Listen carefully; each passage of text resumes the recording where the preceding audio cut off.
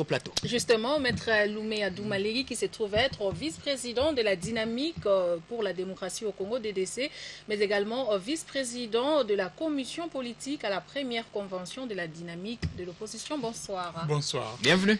Merci beaucoup. Justement, on va parler de cette convention qui se clôture demain vendredi.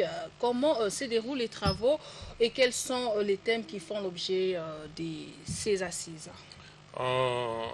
Les travaux avancent à pas de tortue. Il y a beaucoup d'émotions entre les participants.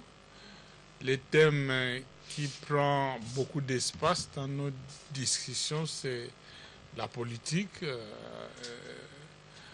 surtout les problèmes d'actualité. Nous pensons au dialogue, nous pensons aux élections, ce qui se passe à la CENI.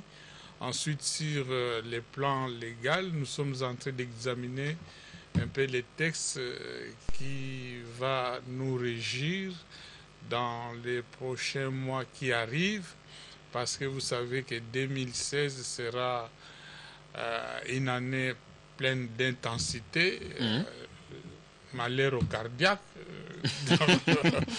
Donc nous sommes en train de nous préparer pour que l'opposition qui est trop faible sur le plan structure puisse effectivement cette fois-ci se structurer au moins au niveau de son segment qui est la dynamique. Alors on sait que les travaux sont en cours, mais on sait dorénavant que vous avez une position anti-dialogue. Bon, quel est le contenu de ces dialogues? On parle du calendrier consensuel. Vous savez, que vous aviez réclamé à son temps. Vous savez que les négociateurs ou les concertateurs ou ceux qui vont au dialogue, comment on les appelle, les dialogueurs, je ne sais pas, mais les participants au dialogue n'ont pas eu mission de rédiger les calendriers. C'est une mission constitutionnellement réservée à la CENI, c'est dans notre constitution.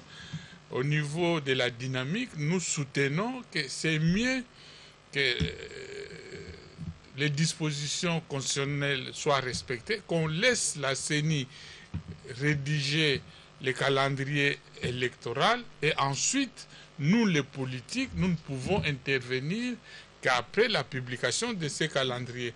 Mais retirer cette mission à la CENI pour confier aux gens qui iront au dialogue, qui viendront presque de tous les espaces congolais, c'est violer la Constitution. Donc nous ne trouvons pas un article de la Constitution qui donne mission aux participants au dialogue de rédiger le calendrier électoral. Donc, minimum, respectons quand même les attributions de la CENI. Mais au départ, la commission électorale a publié un calendrier partiel que vous aviez rejeté en son temps. Elle est revenue avec un calendrier dit global réclamé à corps et acquis par vous-même. Vous l'avez encore rejeté. N'est-il pas important que la question soit d'abord débattue entre politiques avant d'être proposée à la commission électorale? Nous devons trouver une base juridique à ce que vous dites. Sur base de quelles dispositions légales nous allons introduire cette discussion entre politiques.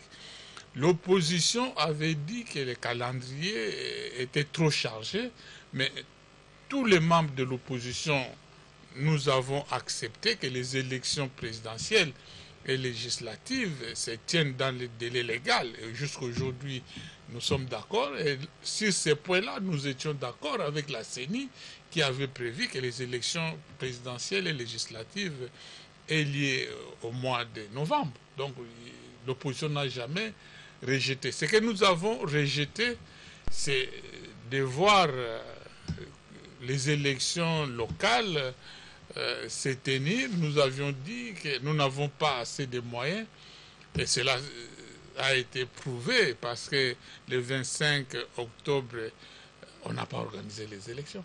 Et comment trouvez-vous, maître, l'idée de votre collègue Clément Kankou qui plaide pour une table ronde électorale? C'est-à-dire que pour nous, à moins que la Constitution soit modifiée, cette matière est exclusivement réservée à la CENI. L'initiative doit venir de la CENI, pas des politiciens. C'est comme on demandait, quelqu'un venait pour dire que pour telle raison, les projets de loi, les propositions de loi ne seront plus discutées à l'Assemblée nationale. Nous allons donner ça au chef coutumier. C'est impensable. Nous ne partageons pas ce point. Toute matière liée aux élections, le leadership, c'est la CENI.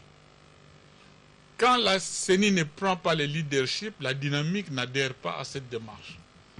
Parce que pour nous nous battons à ce que dans ces pays, la Constitution soit respectée. Alors, dans ce cas, comment allez-vous résoudre ces différends qui vous divisent avec la majorité, justement, au sujet des élections, dès lors que vous refusez d'aller discuter autour d'une table avec l'autre camp politique? Non, vous savez, vous suivez les événements. L'opposition, la majorité présidentielle et la CENI, on était déjà avancés dans les discussions tripartites. C'est le président Kabila qui avait refusé, qui avait retiré sa famille politique. Il a demandé qu'il puisse quitter les lieux, qu'il n'était pas d'accord. Donc, nous, aujourd'hui, nous sommes convaincus que cette formule-là, c'est la meilleure. Autour de la CENI, nous discutons. En dehors de la CENI, nous ne sommes pas là. Et la dynamique aura-t-elle de nouvelles structures après la convention? Oui, nous aurons au moins notre exécutif, nous aurons notre parlement. Cette fois-ci, nous allons élaguer toutes les faiblesses jadis dénoncées par les peuples de l'opposition. Donc, au sortir de la convention, vous verrez que nous avons beaucoup innové. Sans l'UDPS, vous comptez aller jusqu'au bout de votre logique? Nous avons fait nos preuves. Nous sommes sortis de la dictature de l'UDPS, ça fait longtemps. Donc nous nous sommes émancipés. Aujourd'hui, nous pouvons mener notre combat sans l'UDPS. Et la question des alliances avec d'autres partis et regroupements politiques a été également abordée? Nous sommes très regardants avec nos amis des G7. Ce qu'ils ont fait, ils sont courageux. Il n'est pas impossible que nous puissions jeter les ponts pour que nous, dans l'avenir, nous puissions travailler ensemble. Parce que adresser au président Kabila 3 correspondances sur le même sujet, ce n'est pas donné à tout le monde. Donc, nous respectons les formations politiques membres des G7 et nous croyons que nous allons chercher à les rencontrer pour que nous puissions acheminer ensemble.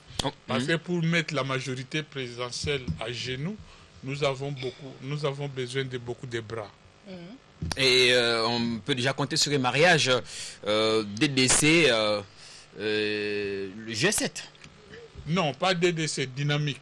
Là, nous dynamique, oui, ensemble, oui. De l'opposition. Parce que c'est un regroupement, nous aussi un regroupement. Donc les 2 regroupements, nous allons voir dans quelle matière nous allons travailler ensemble, chacun des regroupements gardant son autonomie. Alors, on suivra la clôture de ces travaux de très près déjà demain. Mais entre-temps, je vous permets, ou nous vous permettons d'adresser un mot à tous vos sympathisants qui vous regardent. Regardez tout justement la caméra qui est juste en face de vous. Nous demandons au peuple de l'opposition, surtout à la jeunesse, que nous n'avons qu'un seul pays, c'est la République démocratique du Congo. Nous voulons vous léguer un pays juste, équitable, où les richesses nationales seront équitablement partagées. Donc vous devez venir, adhérer, voir ce que nous sommes en train de faire, amener votre sang chaud des jeunes pour que ce pays se libère chaque jour. Et nous, on vous libère aussi.